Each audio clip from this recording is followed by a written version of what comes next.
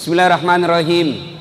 Ya ayyuhalladzina amanu dukhulu fis-silmi kaffatan wa la tattabi'u khutuwatis syaitan innahu lakum adu mubin.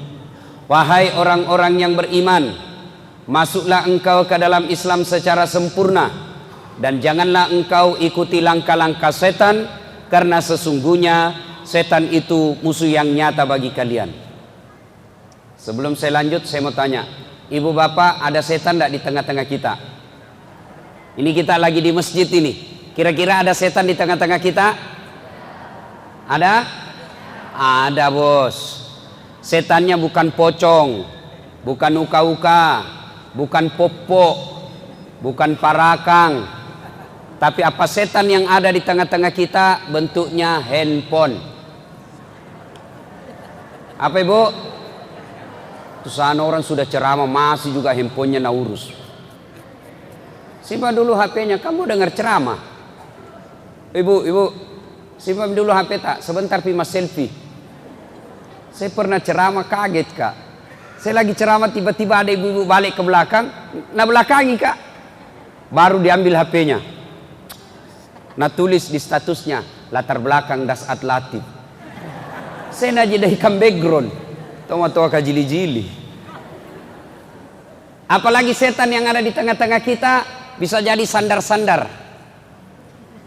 Itu Nabi ketika berdakwah, para sahabat langsung dekat-dekat. Ini sengaja jauh-jauh dekat-dekat dari pintu.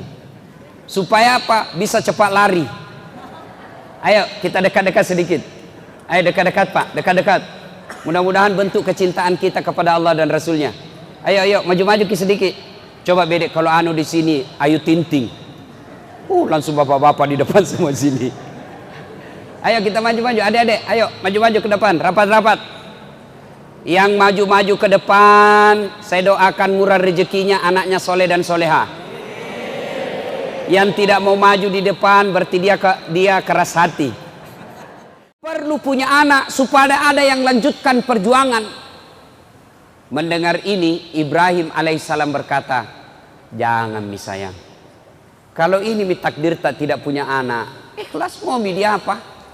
Masya Allah, Ibrahim alaihissalam pak disuruh menikah sama istrinya, tidak tahu, tidak mau dia. Bapak-bapak kira-kira kalau pulang ki istri tak suruh bilang, pak mak beni nih, langsung merdeka. Masya Allah, Ibrahim alaihissalam dituntut, diminta sama istrinya, bang kawin lagi. Apa kata Ibrahim alaihissalam? Tidak sayang, saya tidak mau melukai perasaanmu. Biarlah kalau ini takdir kita tidak punya anak, apa boleh buat. Ibrahim alaihissalam disuruh nikah sama istrinya, tidak mau. Bapak-bapak dilarang nikah sama istrinya, sembunyi-sembunyi. Akhirnya Ibrahim alaihissalam didesak terus. Mak beneki, nikah ki bang. Akhirnya Ibrahim alaihissalam berkata, ya baiklah kalau begitu. Baik mi, saya menikah. Lalu Siti Sarah berkata, oke, saya kasih nikah ki, tapi saya yang carikan ki jodoh. Ini menunjukkan bahwa tidak ada perempuan yang ikhlas 100%. Kalau dia ikhlas 100%, mestinya dia bilang cari maki sendiri mana kita suka. Tapi Siti Sarah berkata, oke, saya kasih nikah ki, tapi saya yang carikan ki perempuan. Kata Ibrahim, siapa mi? Kau pilih siapa? Jangan mi jauh-jauh. Itu ada pembantu tak Siti Hajar. Pembantunya dicari hitam. Nah bilang Ibrahim, ya, mi. Kalau itu kau suka, oke lah, nikah. Alhamdulillah, setelah nikah dengan Siti Hajar, beberapa saat kemudian hamil Siti Hajar. Dan beberapa saat kemudian hamil pula Siti Sarah. Setelah dia suruh suaminya menikah, baru hamil juga Siti Sarah. Ada ibu-ibu di sini sampai sekarang belum punya anak? Ada. Coba-coba ki ilmunya ini Siti Sarah. Coba ki, siapa tahu langsung hamil betul. Setelah menikah, hamil Siti Hajar.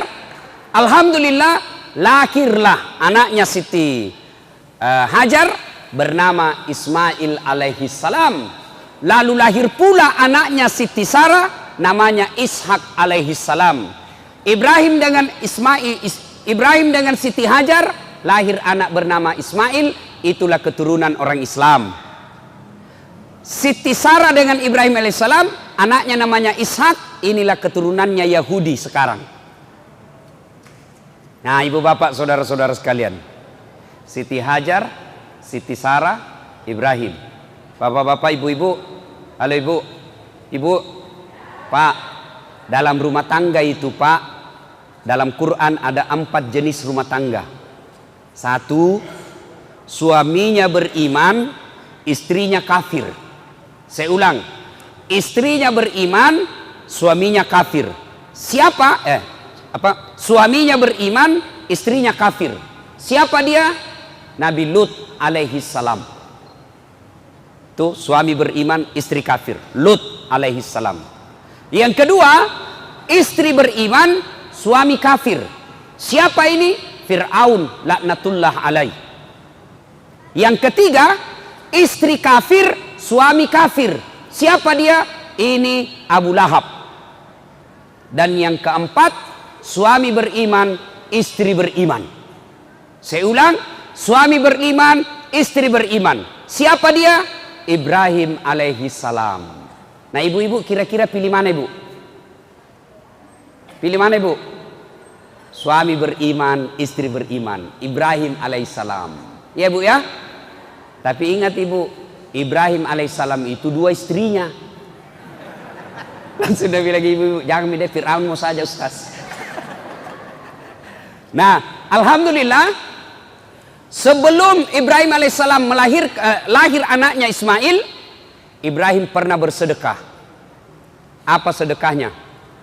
100 ekor onta, 300 ekor domba, 300 ekor sapi, 1000 ekor domba. Saya ulangi, sedekahnya dia sembelih 100 ekor onta, 300 ekor sapi, 1000 ekor domba. Kira-kira kalau dirupiahkan sekarang kurang lebih 5 miliar. Seluruh orang memuji, weh, hebat kau Ibrahim, jago kau Ibrahim, kaya dermawan. Dipuji satu kampung. Mendengar pujian ini, Ibrahim alaihissalam muncul penyakit manusianya. Apa penyakit manusia? Senang dipuji. Tidak ada orang pak tidak suka dipuji. Semua orang senang dipuji, termasuk saya. Ya, seorang bilang, Ustaz, tambah gagah ki kuliah. Padahal saya tahu dia bohong. Tidak apa-apa, ku senang tonji. Ketemu temanku lama tidak ketemu, tambah muda ki kuliah Ustaz. Padahal saya tahu dia bohongi kak, tapi tidak apa-apa, saya suka tonji. Semua orang senang dipuji. Ibrahim dipuji, Ibrahim luar biasa kau, kaya dermawan, begitu banyak binatang kau korbankan. Apa kata Ibrahim alaihissalam? Kecil, tidak seberapa itu. Ini baru binatang. Andai saja ada anakku juga saya potong. Kenapa? Waktu itu memang Ibrahim belum punya anak. Beginilah, seperti caleg-caleg pilkada, pilih saya, sekampung sama-sama dari Sulawesi, bagi-bagi kartu nama, ini, pilih kak, telepon kak, 24 jam, kalau ada masalah telepon saya. Begitu terpilih, nah ganti nomor HP-nya. Banyak caleg begitu, banyak pemimpin begitu. Maka memilih pemimpin pembohong adalah kesalahan. Tetapi mempertahankan pemimpin pembohong itu kebodohan. Saya ulang, memilih pemimpin pembohong itu adalah kesalahan. Tapi mempertahankan pemimpin yang pembohong itu kebodohan, dongok beleng-beleng. Ibu bapak, saudara-saudara sekalian. Nah, sudah, Ibrahim berkata, jangankan binatang, andai saja anakku ada, anakku juga saya potong. Waktu itu memang belum punya anak. Berlalulah. Setelah menikah dengan Siti Hajar, melahirkan dan lahir anaknya namanya Ismail alaihissalam. Ketika Ismail alaihissalam usia remaja, sekitar kira-kira 13-14 tahun, Ibrahim alaihissalam tanggal 8 Zulhijjah mimpi. Tanggal berapa? Tanggal berapa Ibu? 8 Zulhijjah. Mimpi. Apa mimpinya? Dia melihat, Ibrahim, dulu kau pernah bernasar. Kalau ada anakmu, anakmu kau potong. Sekarang ada anakmu, potong itu Ismail. Bangun Ibrahim. Ini mimpi atau wahyu? Kalau mimpi, kenapa terang sekali? Kalau mimpi, kenapa jelas sekali? Kalau wahyu, kenapa anak disuruh potong? Mikir dia, ini mimpi atau wahyu? Mikir. Akhirnya tanggal 8 Zulhijjah, kita sekarang ini disebut hari Tarwiyah atau hari berpikir-pikir. 8 Zulhijjah. Hari apa, Dek? Hari apa? Hari apa? Ayo, hari apa? Tarwiyah. Sini kok kasih kau hadiah. Kok? Coba hadiah. 8 Zulhijjah namanya? Hari Tarwiyah. Hari apa maksudnya itu? Hari berpikir-pikir, maca kombo. Hari Tarwiyah, 8 Zulhijjah. Tidur lagi. Tanggal 9 Zulhijjah. Mimpi lagi, mimpi kedua kalinya. Ibrahim, wajah inderamu, bayar utangmu, kau pernah nasar, tunaikan itu janjimu. Bangun Ibrahim. Lalu dia berkesimpulan, ini bukan mimpi, ini wahyu. Ibrahim alaihissalam yakin, saya harus memotong anak saya untuk membayar utangku. Hakul yakin. Tanggal 9 Zulhijjah sekarang kita kenal dengan hari Arafah atau hari keyakinan. Hari apa, Dek? Hari apa? Hari apa? Hari apa? Yang satu banyak sekali mau dikasih hadiah kalau sama-sama. Hari apa? Hari apa? Hari apa? Hari apa? Bapak hadiah. Hadiah Pak. Cepat berdiri, hadiah. Apa hadiah? Lain tong kalau ustaz kasih ki Pak. Barakah ini. Hari Arafah. Hari Arafah atau hari keyakinan. Maka ibu bapak saudara-saudara sekalian, kira-kira tanggal 8 Zulhijjah hari Tarwiyah, 9 Zulhijjah hari Arafah, kemudian tanggal 10 Zulhijjah dia panggillah anaknya Ismail alaihissalam. Ibrahim panggil anaknya, anakku sini kau dulu nak. Cok, lo meyolo nak. Kalau kita orang Bugis, cok, sini kau dulu nak.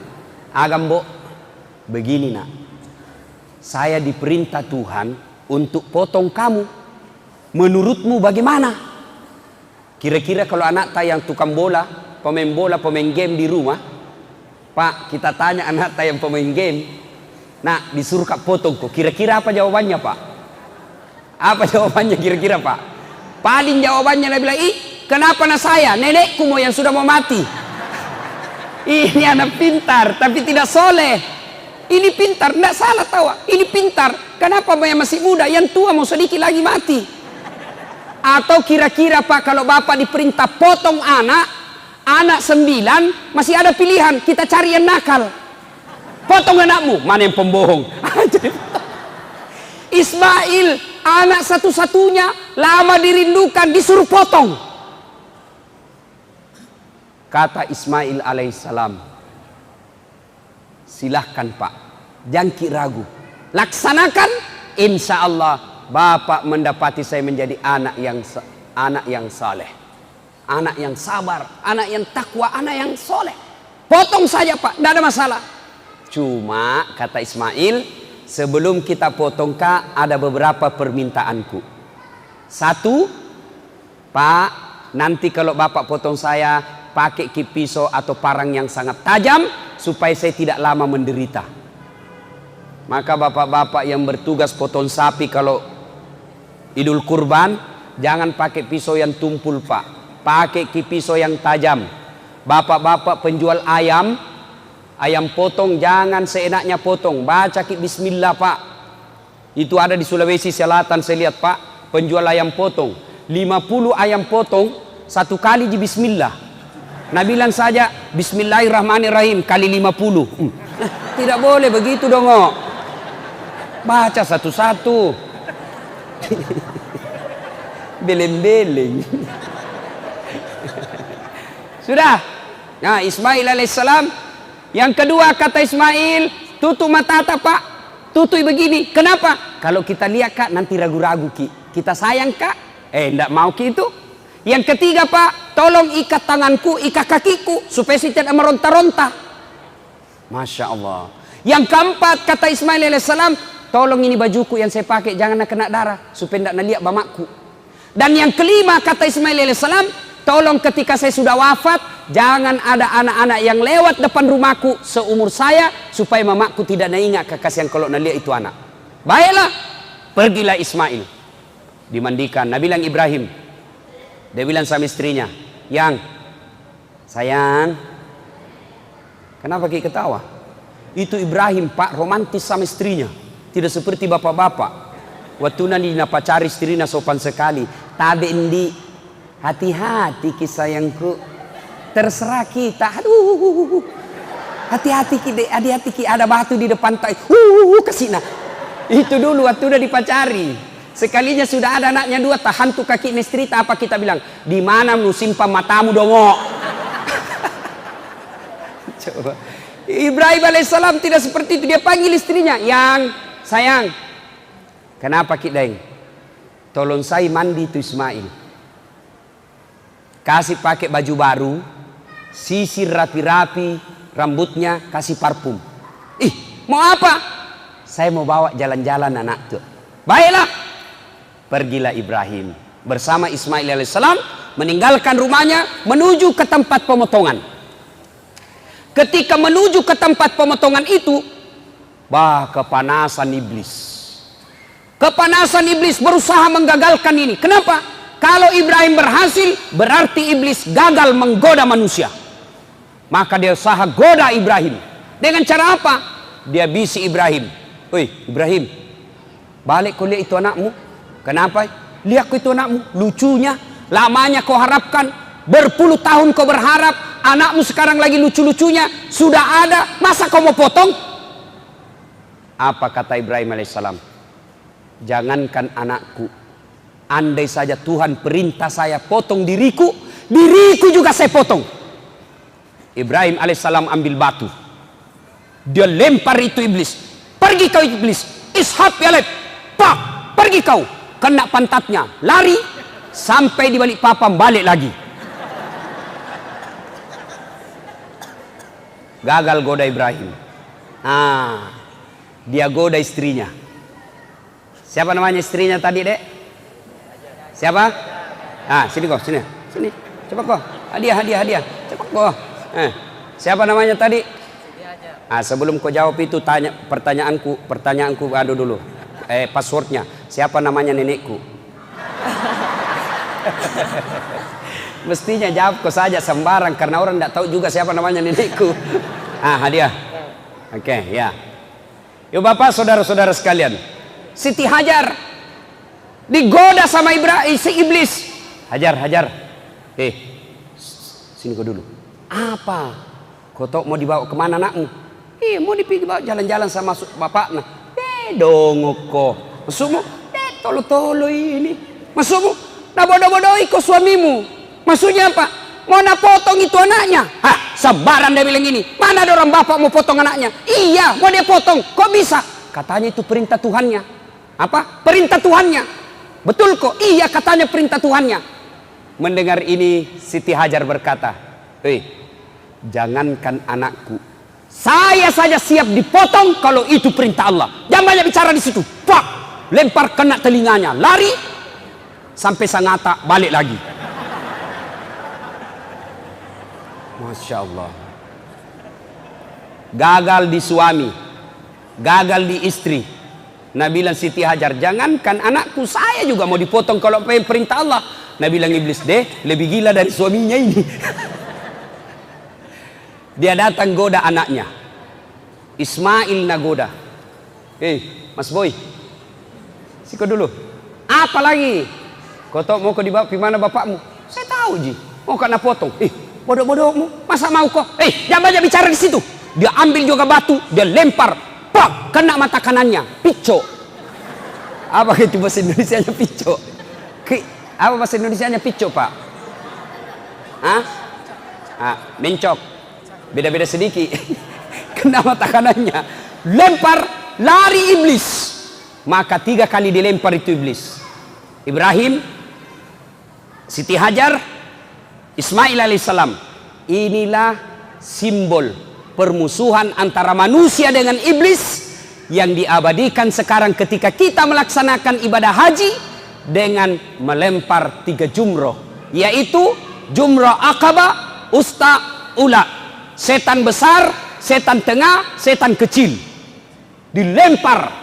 Maka sekarang jamaah haji kalau pergi melempar batu, itu dinding. Ini ada cerita-cerita warung kopi gini, tidak tahu benar atau tidak. Ada jamaah haji dari Bontang, diambil batu, dia lihat itu dinding setan, dia bilang ini setan ini. Nih nana setannya ini yang goda saya selama ini. Lo rempel kok. Diambil batu pak, diambil batu, dilempar itu dinding, kembali. Talaci itu batu hampir nak kena kepalanya. Dia pungu itu batu, begitu dia pungu dibuka, ada batu tulisannya, sesama setan dilarang saling melempar. Dia bilang, hei, kau di sini kau lempar kak, di Bontang bersahabat ki. Akhirnya apa? Sudah lempar 3 jumroh itu. Sudah sampailah Ibrahim bersama Ismail di tempat untuk disembelih. Bapak-bapak, ibu-ibu, biasanya kalau kita pergi haji atau umroh, itu kan biasa kita pergi dibawa tur, ya.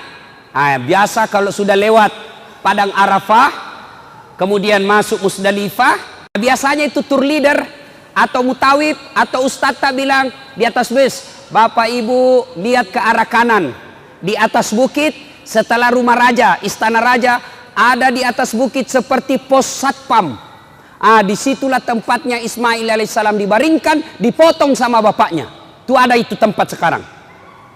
Mudah-mudahan Allah berikan rezeki, umur yang sehat. Bapak ibu semua, adik-adik semua bisa datang ke tempat itu. Amin. Sudah. Diikatlah tangannya Ismail, diikat kakinya. Ibrahim alaihissalam tutup matanya, diambil pedangnya, dihadapkan pipinya Ismail ke tanah. Dia kasih lengket di tanah pipinya. Lalu dikeluarkan pedangnya. Dia iris lehernya. Nah gerek ini. Begitu dia gorok lehernya, tidak mempan pak. Dek na belui, tidak mempan. Dia iris, dia keras, tidak mempan. Lalu Ismail alaihissalam berkata, ai, pisau kunru. Pisau tumpul kita pakai pak. Nabi bilang tidak, tajam ini, tajam. Ibrahim mau yakinkan dirinya, ini pisau pedang ini tajam atau tidak. Akhirnya apa?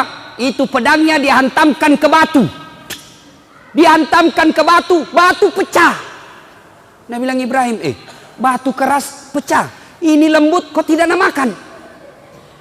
Nabi bilang Ismail, barangkali ragu-ragu ki? Tidak, ku keras mini. Akhirnya dia bilang coba lagi yang kedua kalinya. Begitu mau dicoba kedua kalinya pak, Ismail bilang tunggu dulu pak, tunggu dulu, jangan dulu. Apa lagi nak? Pak, dengar baik-baik pak, dengar baik-baik. Ibu, dengar baik-baik. Pak, tolong lepas tanganku. Tolong buka ikatan kakiku. Jangan ikat tangan kakiku. Kenapa? Kalau saya diikat, nanti Allah berpikir, nanti Allah mengira saya tidak ikhlas. Lepaskan ikatan tangan dan kakiku. Subhanallah. Dilepas. Sudah dilepas. Digerek lagi kedua kalinya. Ketika digerek kedua kalinya, Allah di atas aras memanggil seluruh malaikat. Wahai malaikatku, kau lihatlah ini hambaku Ibrahim alaihissalam. Begitu cintanya kepada Allah, begitu cintanya kepada Tuhannya, dia ikhlaskan, dia potong anaknya sebagai rasa ketaatannya kepadaku. Kau lihat ini Ibrahim. Dulu kalian mengkhawatirkan ketika Adam saya ciptakan menjadi pemimpin, kalian semua demo khawatir anti Adam, manusia merusak dunia. Ini sekarang kau lihat ini hebatnya ini manusia. Lalu dia gerek lagi tuh. Mendengar ini bahwa malaikat dipanggil semua. Lihat kau itu kata Allah. Lihat itu manusia. Mendengar ini. Lalu malaikat mengucapkan takbir. Allahu Akbar. Allahu Akbar. Allahu Akbar. Jibril. Mendengar ini, Ibrahim alaihissalam melanjutkannya dan menjawabnya. La ilaha illallah. Huwallahu Akbar. Mendengar ini, Ismail alaihissalam menjawab dan melanjutkannya dengan kalimat Allahu Akbar walillahil hamd. Itulah kalimat takbiran kalau kita lebaran. Allahu Akbar, Allahu Akbar, Allahu Akbar. La ilaha illallah huwallahu akbar. Allahu Akbar walillahil hamd. Nah itu. Jadi besok kalau kita lebaran Idul Kurban, dari rumah, dari Loktuan, dari Berbas, jalan kita ke masjid, jalan kita ke lapangan, sunnah mengucapkan Allahu Akbar, Allahu Akbar, Allahu Akbar. La ilaha illallah wallahu akbar. Allahu Akbar walillahil hamd. Kira-kira anak-anak, adik-adik, bapak-bapak kalau pergi tempat takbiran, pergi tempat lebaran, takbiran apa enggak? Takbiran? Tidak. Kalau anak motor-motor, nah balap motornya. Nah kasih buka knalpotnya. Nah kasih ribut-ribut. Sambil jalan bukannya takbiran, selfie. OTW lebaran. Sampai alhamdulillah duduk menunggu ustad. Begitu sujud, nah foto lagi kepalanya. Alhamdulillah sholat 2 rakaat. Tidak seperti itu. Kalau kita pergi ke area tempat lebaran, masjid atau lapangan, takbiran. Sudah Bapak Ibu sekalian, maka Allah perintahkan kepada malaikat Jibril. Jibril, kau ambil itu kibas yang ada di surga, yang pernah dipersembahkan anaknya Adam ketika menikah. Ambil itu kibas, bawa ke dunia, gantikan lehernya Ismail. Kemudian yang dipotong oleh Ibrahim alaihissalam adalah kibas atau domba atau kambing kita sekarang ini. Ibu bapak saudara-saudara sekalian yang saya hormati, ini kisah sejarah lahirnya kurban atau memotong binatang persembahan kepada Allah Subhanahu wa taala. Nah, kira-kira apa hikmahnya? Apa pelajaran yang ingin kita ambil? Satu, ternyata Bapak Ibu sekalian, setan itu setiap kita mau melakukan kebaikan, pasti dia berusaha untuk menggoda kita. Saya ulang, begitu Bapak Ibu sekalian mau melakukan ibadah kebaikan, maka setan akan kepanasan dan berupaya menggoda kita. Contoh, azan subuh, as-salatu khairum minan naum, salat lebih baik daripada tidur.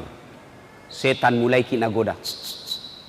Sebentar Pi, sebentar, masih ada 10 menit, tunggu Mi. Tarik selimut. Begitu bangun sudah 6:30, berhasil setan. Coba itu setan begitu. Begitu hayya 'alas shalah, mari tunaikan sholat. Tiba-tiba datang pembeli 4. Ada mau beli rokok, ada mau beli Indomie, ada mau beli gula. Akhirnya apa? Tidak jadi ke masjid gara-gara setan yang datang dalam bentuk pembeli. Setan itu. Bapak mau datang pengajian seperti ini, tuh setan menggoda. Apa godaannya setan? Sebentar, sebentar. Jam aku di dalam, di luar mau saja, panas di dalam. Tuh setan itu. Begitu kita duduk, pegang HP-mu, cepat kok ada SMS masuk. Setan itu, bos. Begitu kita masih mau dengar ceramah, lihat jam. 9:30 Mi. Baru Nabi bilang teman, pulang maki. 9:30 Mi. Setan itu, Pak. Dan setan berupa teman, susah ngusirnya. Kalau setan tidak kelihatan, bacakan bismillah, lari nih Pak. Kalau setan teman, apa Nabi bilang? Baca mako, surah Yasin, ku dekati kok. Itu setan itu Pak. Nah ibu bapak saudara-saudara sekalian, ketika kita mau melakukan kebaikan, setan pasti kepanikan. Maka dia berusaha menggoda kita. Contoh, hayya 'alas shalah, mulai setan, dia tebar. Datang setan, tak usah ke masjid, bisa saja kau sholat di rumahmu. Sudah, setan itu, kalau dia berhasil itu setan, maka kita tidak ke masjid, kalah kita. Tapi kalau kita berhasil berdiri, tinggalkan itu, jangan pikir setan mengalah. Tadi kan lempar pertama lari ke Balikpapan, lempar kedua lari ke Sangatta. Iya toh? Nah itu setan. Anggap bapak berhasil, hayya 'alas shalah, langsung berdiri pergi. Apa setan berhenti pak? Tidak. Nagoda ki lagi. Caranya apa? Nagoda ki supaya buru-buru berudu. Wuduk kita salah-salah. Nah bilang setan, yo pimako. Akhirnya apa? Begitu kita mau wudhu, dingin itu dingin sekali air. Nah, itu setan masuk di situ. Tiba-tiba setan kasih bunyi handphone. Itu setan itu. Akhirnya apa? Kita wudhu sambil terima telepon. Pernah toh? Kita ketawa karena pernah begitu toh? Setan itu masuk bos. Yo, matu pi. Siaga melok molengi. Si ratu, 75. Itu setan masuk di situ. Masuk itu setan. Akhirnya apa? Kita wudhu tidak sempurna. Atau anggaplah bapak tidak terima telepon, tapi wudhunya salah-salah, tidak sempurna. Bagaimana caranya? Quran menjelaskan wudhu itu membasuh jari hingga ke siku, ya kan? Jari hingga ke siku. Tapi apa yang kita praktek? Siku ke jari. Kalau jari ke siku kan begini caranya wudhu pak. Kalau tua seperti ini bapak-bapak sudah generasi sakaratil maut, ini depan-depan ini, itu lipat ini pak, lipat. Kenapa? Karena di sini banyak keriput-keriput. Kalau bapak tidak lipat ini, tidak kena air, tidak sah wudhunya. Tidak sah wudhu, otomatis tidak sah sholat. Setan itu berupaya supaya tidak sah wudhu tak. Karena kalau tidak sah wudhu, biar 1 jam bapak sholat tidak sah sholatnya. Kenapa? Wudhunya salah. Nah setan tak goda ke situ. Maka kita biasanya wudhu, sunnahnya ajaran Quran begini. Tapi apa yang kita praktek? Siku ke jari-jari. Bagaimana caranya Ustaz? Nah buka keran.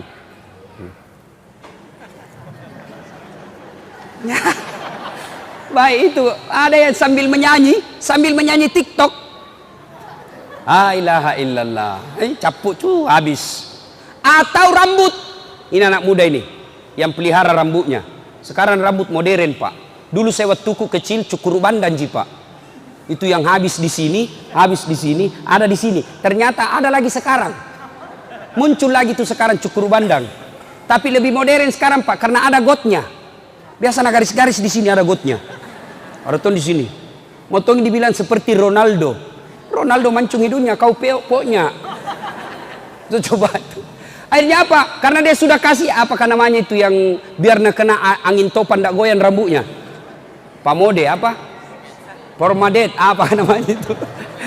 Dah minyak rambut. Kalau kita dulu minyak rambut tak kan pak, minyak kemiri sama Brix. Cara ngambilnya begini pak. Kasih simpan. Begitu kita upacara bendera keluar semua rambut disimpan. Itu zamanku saya sekolah.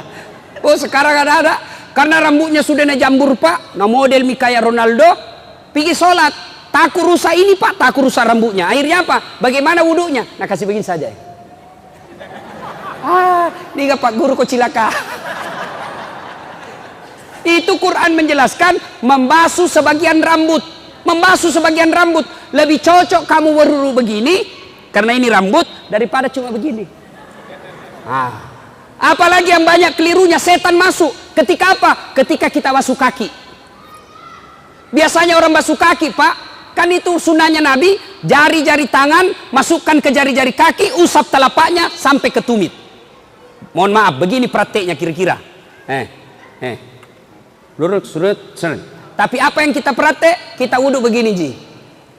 Pulang-pulangku berbadan dua, hai.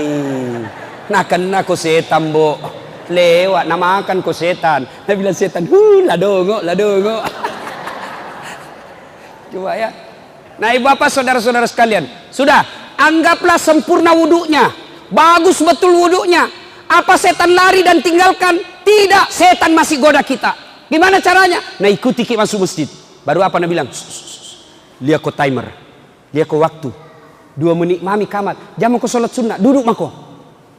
Setan itu. Anggaplah bapak sholat sunnah 2 rakaat, nah goda lagi setan. Apa?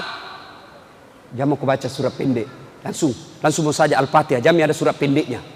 Atau kita buru-buru. Subhanallah. Itu setan masuk di situ. Anggaplah kita uduk bagus, sholat bagus, rukun-rukunnya sempurna. Apa setan lari? Tidak. Dia ambil cara terakhir, jurus terakhir diambil. Apa? Dia timbulkan ujub, sombong dalam hati kita. Akhirnya apa? Paling jago kamu. Tidak ada yang kalah kau dalam masjid ini. Akhirnya apa? Begitu assalamualaikum warahmatullah, assalamualaikum warahmatullah. Nah kasih, nah lihat sampingnya. Salah caranya. Sombong, masuk setan. Itu. Banyak itu orang masuk di masjid sombong, Pak. Pintu masuknya setan itu sombong. Mana? Yang mana itu ciri-cirinya orang sombong masuk di masjid? Seolah-olah hanya pendapatnya saja benar. Sekarang banyak itu begitu. Sholat tidak beda pendapat orang. Ada yang kasih begini tangannya kalau sampai begini. Ada yang kasih begini, yang kasih begini, dia bilang salah ini. Nah itu, ada itu yang begitu sombong-sombong begitu. Ada lagi, kalau dia lihat orang takbir, ada orang macam-macam takbir, Pak. Ada yang begini, ada yang begini. Ada juga saya lihat kayak main-main saja. Ada juga begitu. Itu sekadar kita akan baca.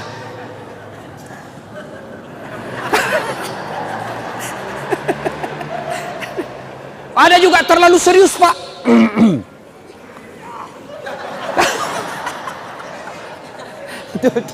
Silakan lakukan, tapi jangan salahkan orang.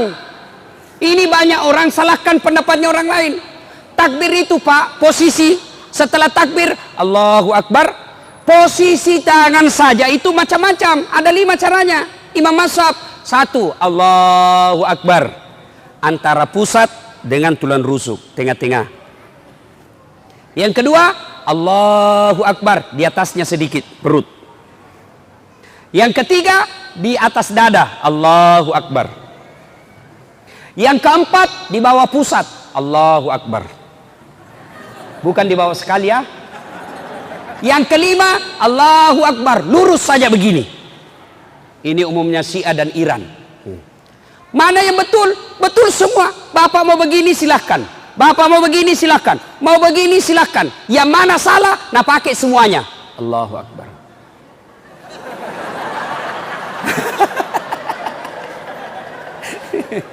Masuk dalam masjid itu banyak orang sombong, Pak. Hanya dia yang dia rasa pintar.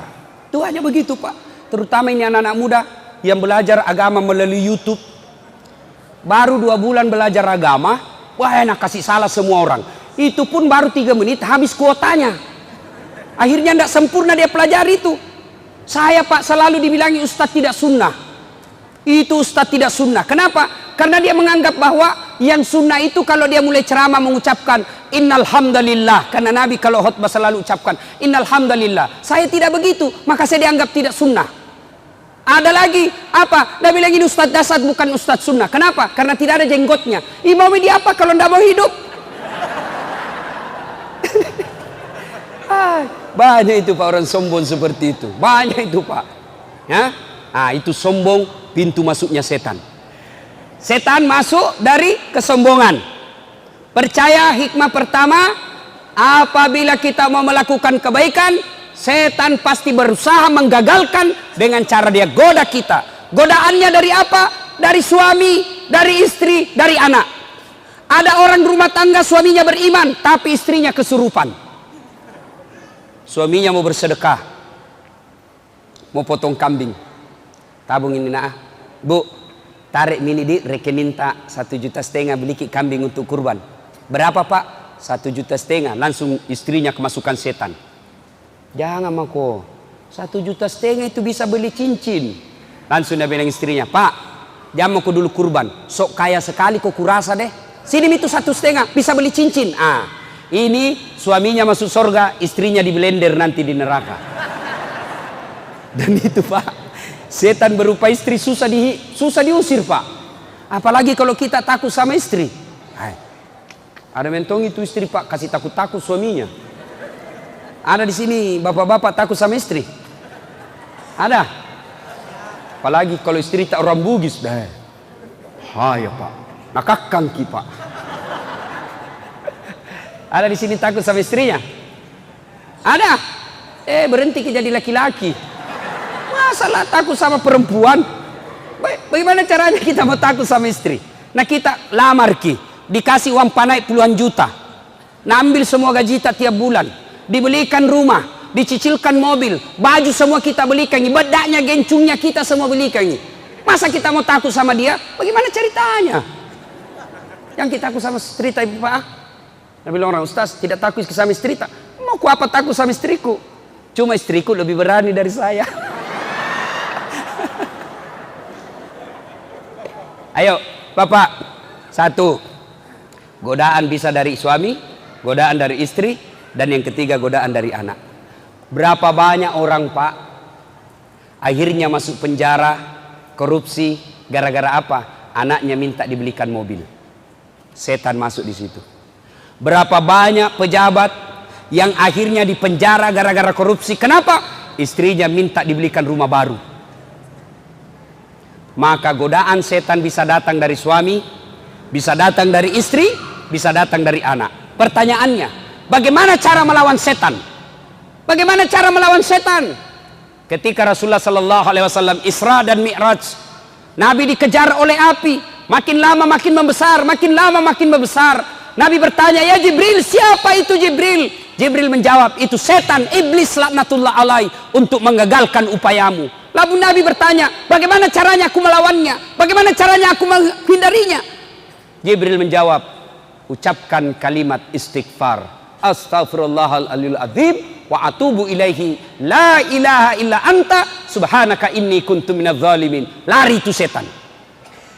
Maka kalimat yang paling ditakuti iblis laknatullah alaih adalah istighfar. Makanya bapak-bapak, kalau setan mulai goda kita, tadi Momi tadi kita praktekkan nanti, ditarik di dompet, mau dikasih masuk celengan aman Palestina. Tiba-tiba, mau kerja beli pulsa ini, habis pulsa, HP mau diganti. Setan itu Pak. Bagaimana caranya lawan setan? Astagfirullah, tarik, astagfirullah. Nah tarik itu setan itu, astagfirullah, astagfirullah, astagfirullah. Lawan itu setan dengan kalimat istighfar Pak. Betul, saya serius ini Pak. Coba itu lawan. Begitu kita kasih natare itu, astagfirullah, astagfirullah, astagfirullah, astagfirullah, mati itu setan Pak. Ya, Bapak saudara-saudara sekalian, astagfirullahaladzim wa atubu ilaihi la ilaha illa anta subhanaka inni kuntu minadz zalimin. La ilaha, tiada Tuhan illa anta, kecuali engkau, subhanaka, maha suci engkau ya Allah, inni kuntu minadz zalimin, sesungguhnya saya menzalimi diri saya sendiri. Misalnya tuh setan. Satu ketika setan ditanya, "Iblis, apa kalimat yang paling engkau takuti dari kami? Apa yang kau paling takuti dari kami?" Iblis menjawab kalimat istighfar. Kenapa bisa? Setengah mati kau suruh kau berdosa. Dari pagi sampai malam saya ajak kau berdosa, saya goda kau berdosa. Begitu kau istighfar, habis lagi. Maka melawan iblis, begitu ada kita melakukan kebaikan, tapi rasanya kita ragu, tapi rasanya kita cemas, rasanya kita tidak percaya, rasanya kita mau gagalkan, maka cara melawannya, astagfirullahaladzim wa atubu ilaihi la ilaha illa anta subhanaka inni kuntu minadz zalimin. Yuk Bapak saudara-saudara sekalian, ini hikmah yang pertama, bahwa setiap kita mau melakukan kebaikan, pasti iblis kepanasan dan berusaha menggagalkan. Hikmah yang kedua, yuk Bapak saudara-saudara sekalian, apa harta terkaya, apa harta terbaik bagi Ibrahim alaihissalam? Apa kekayaan Ibrahim alaihissalam? Punya anak yang soleh, namanya Ismail alaihissalam. Maknanya Pak, harta kita yang paling berharga, kekayaan kita yang paling berharga, bukan sebenarnya rumah, bukan sebenarnya tambang, bukan sebenarnya tabungan, bukan sebenarnya deposito, tapi kekayaan kita yang paling berharga sesungguhnya adalah anak yang taat dalam beragama. Gimana anak-anak kita sekarang Pak? Bagaimana anak-anak kita sekarang Pak? Alhamdulillah Pak, anak tak kalau malam seperti ini datangi pengajian, luar biasa itu Pak, bagus itu anak tak. Tapi kalau dia tidak pernah datang pengajian, anak bapak 4 tidak ada yang tahu sholat, anak bapak perempuan tidak pakai jilbab, anak bapak laki-laki pengisap lempoks. Kenapa ketawa anak muda? Banyak di sini isap lempoks. Itu anak-anak sekarang tuh bingung, Kak, masa lem pox ko isap? Nah campur lem tikus. Deh, beleng-beleng. Apa itu lem tikus? Lem tikus ya untuk tikus. Masa kau gagah-gagamu kupak? Cemen lumen, kampungan, baru 1 botol teler mau kok, itu teman tak jagona sampai masuk di got. Ayo, nah ibu bapak, saudara-saudara sekalian, anak-anak kita adalah kekayaan paling berharga. Coba lihat tadi Ismail. Ismail alaihissalam, remaja, ditanya, nak bagaimana kalau disuruh kau potong? Apa jawabannya? Silahkan Pak. Ini maknanya, kekayaan kita sesungguhnya adalah anak yang taat dalam beragama. Pak, Bapak tidak usah cemas kalau anaknya sudah sarjana tidak punya kerja. Bapak tidak usah malu kalau anaknya sarjana kerjanya tambal ban di pinggir jalan. Bapak tidak merasa gengsi kalau anaknya sudah sarjana tapi kasihan kontrak-kontrak rumah. Tidak usah malu seperti itu. Kenapa? Bukan itu yang menyebabkan anak kita masuk neraka. Yang Bapak cemas dan malu, anaknya sudah sarjana tidak tahu sholat. Anaknya sudah master tapi tidak tahu ngaji. Anaknya punya rumah sendiri tapi tidak tutup jilbabnya pada dia perempuan. Itu yang membuat kita cemas. Bapak, saudara-saudara sekalian, anak-anak sekarang kita, saya tidak cemaskan otaknya. Anak-anak Pak cerdas-cerdas. Lihat itu anak-anak Pak, saya saja kalau SMS Kak Pak, 2 tangan saya pakai masih salah-salah pencet Kak Pak. Itu anak-anak sekarang sambil bawa motor meng-SMS. Jago nih itu anak-anak sekarang. Bawa motor nah balas itu SMS-nya. Kadang-kala simpan saja di HP-nya itu di telinganya, pakai helm. Cerdas-cerdasnya anak-anak kita. Bapak tidak usah cerdas, cemaskan kecerdasannya. Yang perlu kita cemaskan adalah ketika agamanya tidak baik. Suatu ketika Nabi menuju ke suatu tempat. Dalam perjalanan ke tempat tersebut, Nabi melewati pemakaman. Tahu pemakaman? Kuburan. Ketika Nabi lewat, Nabi bersabda, saudara-saudara sekalian, langkahkan kakimu dengan cepat. Maperi-periko. Sahabat mempercepat langkahnya. Lalu pulang lagi dengan rute yang sama. Nabi santai, sahabat mau kasih cepat langkahnya. Nabi bilang, Nabi jangan mau buru-buru, tenang saja. Kenapa ya Rasul? Tadi waktu pergi buru-buru, sekarang pulang tidak, ada apa? Nabi menjelaskan, tadi itu waktu pergi, saya dengar ini orang disiksa di kuburnya. Saya tidak tahan lama-lama dengar, maka saya mau jauh-jauh supaya tidak dengar. Waktu pulang tidak lagi. Kenapa? Saya dengar berita dari Jibril, Allah perintahkan yang menghisap di kubur.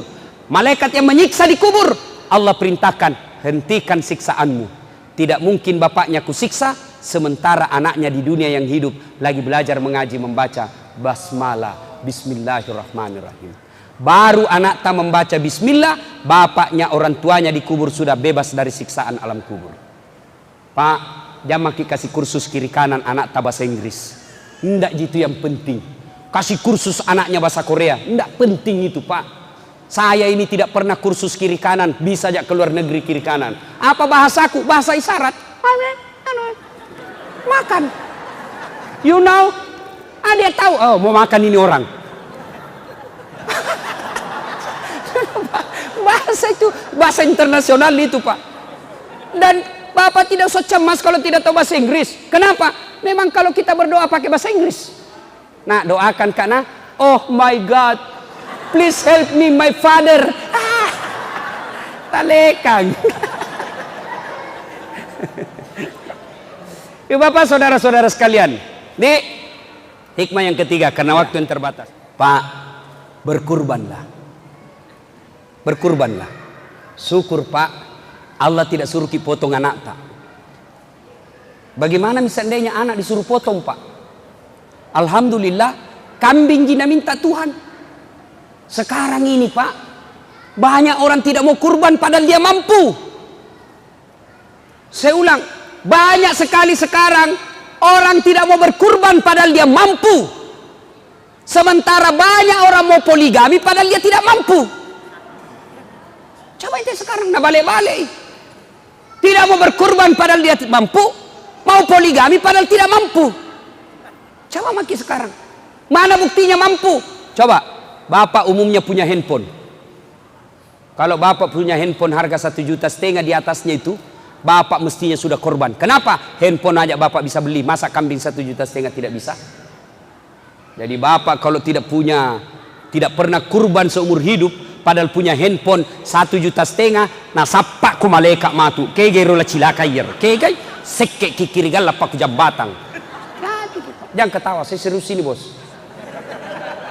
Anak muda sekarang saja handphonenya 2 juta. Pulsa datanya yang per bulan, paket per bulan 120.000 per bulan kali 1 tahun, harga kambing sudah itu. Mana lagi yang mereka mampu tidak mau berkurban? Perokok. Ada merokok di sini? Ada? Ada? Jangan marah ya, jangan marah. Ini perokok pak. Tapi sebenarnya itu rokok pak tidak merusak. Betul pak. Rokok itu sebenarnya tidak bahaya selama dia tidak ketemu api.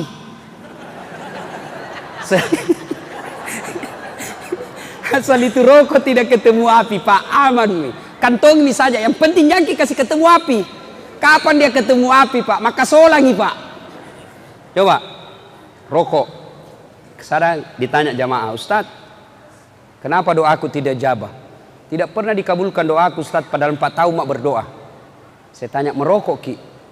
Merokok kau Ustaz. Itu sebabnya tidak dijabah doa tak. Apa hubungannya Ustaz? Salah satu sebab doa tidak dikabulkan Allah kalau kita selalu berbuat haram. Dan apa yang berbuat haram? Rokok. Ada yang bilang, makruh Ustaz. Ada itu ulama di Jawa bilang makruh. Sebagian saja. Ulama Timur Tengah semua bilang haram.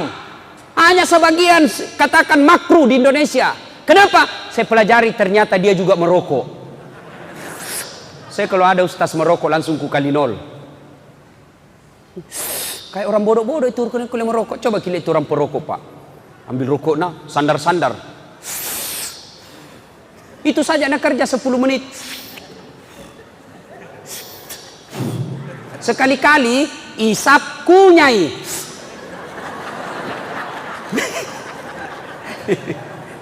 Beleng-beleng. Pak, bapak yang merokok, tahu enggak? Pak, kita lihat tadi itu orang-orang Islam, anak-anak kecil diseret tentara Yahudi 3 orang, anak kecil tentara 3 Yahudi. Kita lihat itu tadi, kasihan perempuan ditempelengi, dibuka jilbabnya, itu orang Yahudi. Dan bapak yang merokok, itu bapak sumbang harga rokok 20% ke Yahudi. Apa maksudnya Ustaz? Seluruh pabrik rokok yang ada di Indonesia orang Yahudi punya. Tidak percaya? Buka Google, cari itu pemilik sahamnya itu Yahudi. Pabriknya ada di Indonesia, tapi yang punya uang orang Yahudi. Berhenti merokok pak. Bapak bilang, tidak bisa Ustaz, tidak jalan otakku kalau tidak merokok kak. Bale-bale kok. Buktinya apa? Ramadan jalan di otak kak. Berhenti ki merokok pak. Niatkan, berdoa ki hari ini, ya Allah berikan saya kesanggupan berhenti merokok. Tanpa pertolonganmu saya tidak bisa sembuh dari rokok ya Allah. Bantu saya berhenti. Pembeli rokokku saya niatkan untuk tabung pergi umroh. Allah pasti bantu ki pak. Saya lihat ini muka-muka banyak perokok. Berhenti maki merokok pak. Kita tahu itu orang Yahudi. Nah kirimkan ki rokok ke Indonesia, batuk-batuk maki, kena maki kanker paru-paru, kena maki asma, kena maki penyakit lain-lainnya, baru nak kirimkan ki lagi obatnya. Ibaratnya nak pelihara ki nak habisi wanta, nak kasih sakit ki, nak kasih ki obatnya, dia semua ambil wanta. Berhenti ki merokok pak. Lebih itu harga rokok kita beli kambing untuk kurban. Nah ibu bapak saudara-saudara sekalian, kurban hari ini, kurban ada niat kurban. Kalau ada niat kurban pak, selama ini kita kurban di Bontang, selama ini kita kurban di Sulawesi, selama ini kita kurban di Jawa, selama ini kita kurban di Indonesia, maka tahun ini kita kurban di Palestina. Caranya apa? Sumbangkan pembeli kambing ke Aman Palestina.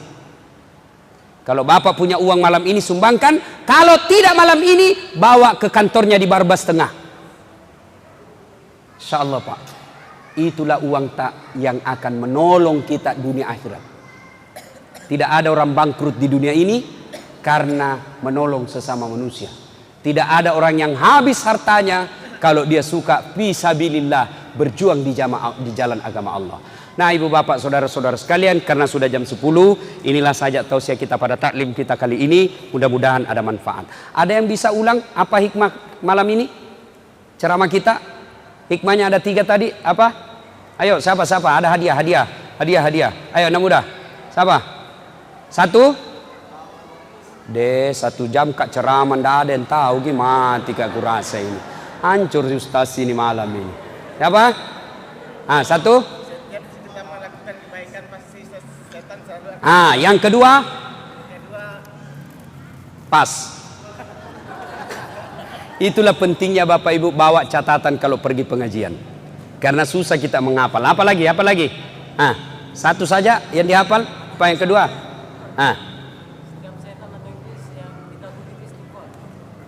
Ya, bagian. Hadiah cepat. Cepat hadiah. Cepat ya. Sambil adik-adik edarkan celengannya. Isi Pak. Begitu Bapak ragu-ragu setan, keluarkan terus Pak, keluarkan. Ayo, keluarkan Pak. Pak, Bu, kalau ada uang kita bawa, keluarkan Pak. Jangki ragu, jangki bilang tidak diganti, Allah pasti ganti Pak. Percaya gitu.